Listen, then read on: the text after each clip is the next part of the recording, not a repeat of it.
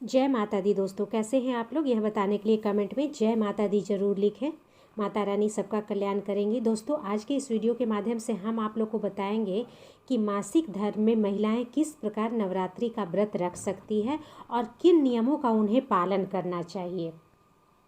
साथ ही साथ बहुत से महिलाओं का कमेंट आता है कि मैम मैंने नवरात्रि स्टार्ट कर ली और नवरात्रि के बीच में ही पीरियड आ गया, तो मैं पूजा कैसे कर सकती हूँ।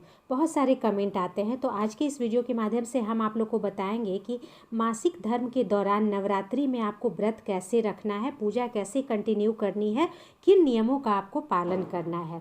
दोस्तों इसके बारे में संपूर्ण जानकारी देंगे। वीडियो स्टार्ट करने से पहले आप लोगों से रिक्वेस्ट है, अगर अभी तक आपने मेरे इस घरेलू खबर चैनल को सब्सक्राइब नहीं किया है तो चैनल को सब्सक्राइब करेंगे।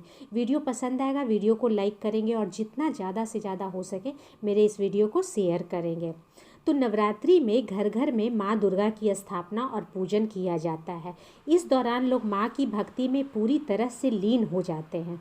नवरात्रि में लोग माँ दुर्गा के लिए विशेषकर महिलाएं इस दौरान व्रत अवश्य रखती है। लेकिन कुछ महिलाओं को नवरात्रि के दौरान मासिक धर्म आ जाते हैं, पीरियड हो जाते हैं, जिसकी वजह से वो दुविधा में पड़ जाती है कि उन्हें व्रत रखना चाहिए या नहीं, क्योंकि शास्त्रों में मासिक धर्म को लेकर कई मान्यताएं हैं।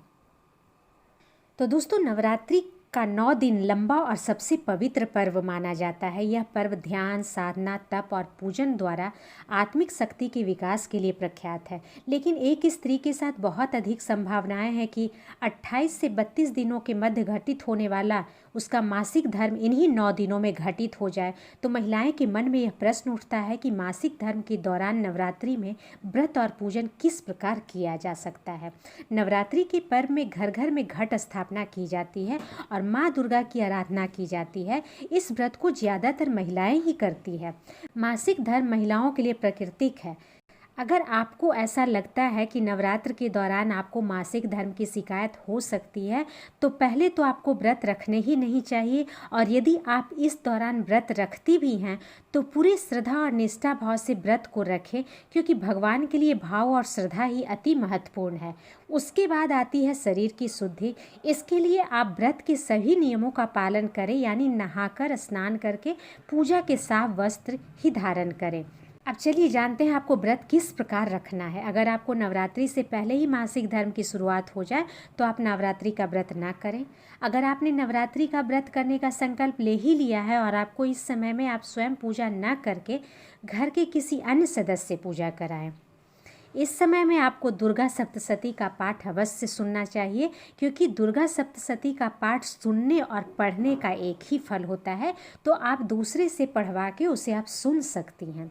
मासिक धर्म के दौरान माता के मंत्रों का मानसिक जप करें और उनका मानसिक ध्यान करें, क्योंकि ऐसा करने से आपको आपके व्रत का पूर्ण फल प्राप्त होगा। अगर आप किसी भी मंत्र को पढ़ने में असमर्थ है तो आप इस मंत्र में सिर्फ माता का ही नाम ले लें। ऐसे समय में आपको माता का भोग भी किसी और से लगवाना चाहिए। आपको स्वयं माता को भोग नहीं लगाना चाहिए। यदि आपने पहला व्रत रख लिया और आपको आखिर व्रत में मासिक धर्म की शिकायत हो गई, तब भी आपको आखिरी व्रत अवश्य करना चाहिए और कुछ नियमों का पालन करना चाहिए। नवरात्रि में जिस समय आपका मासिक धर्म खत्म हो जाए उस समय नहाकर साफ वस्त्र धारण करके माँ भगवती का पूजन करें। उस समय पूजन में उतने ही लौंग के जोड़े चढ़ाए जितने दिन आपने माँ का पूजन ना किया हो। नवरात्रि के आखिरी दिन जाने अनजाने में हुई सब गलतियों के लिए माँ से क्षमा याचना अवश्य करें। साथ ही साथ कुछ नियम है जिसका पालन आपको करना है। तो अगर आपको नवरात्रि में मासिक धर्म आ जाए तो सबसे पहले आपको मंदिर में नहीं जाना है। इस समय में भगवान के पूजा के बर्तनों को भी बिल्कुल स्पर्श नहीं करना है।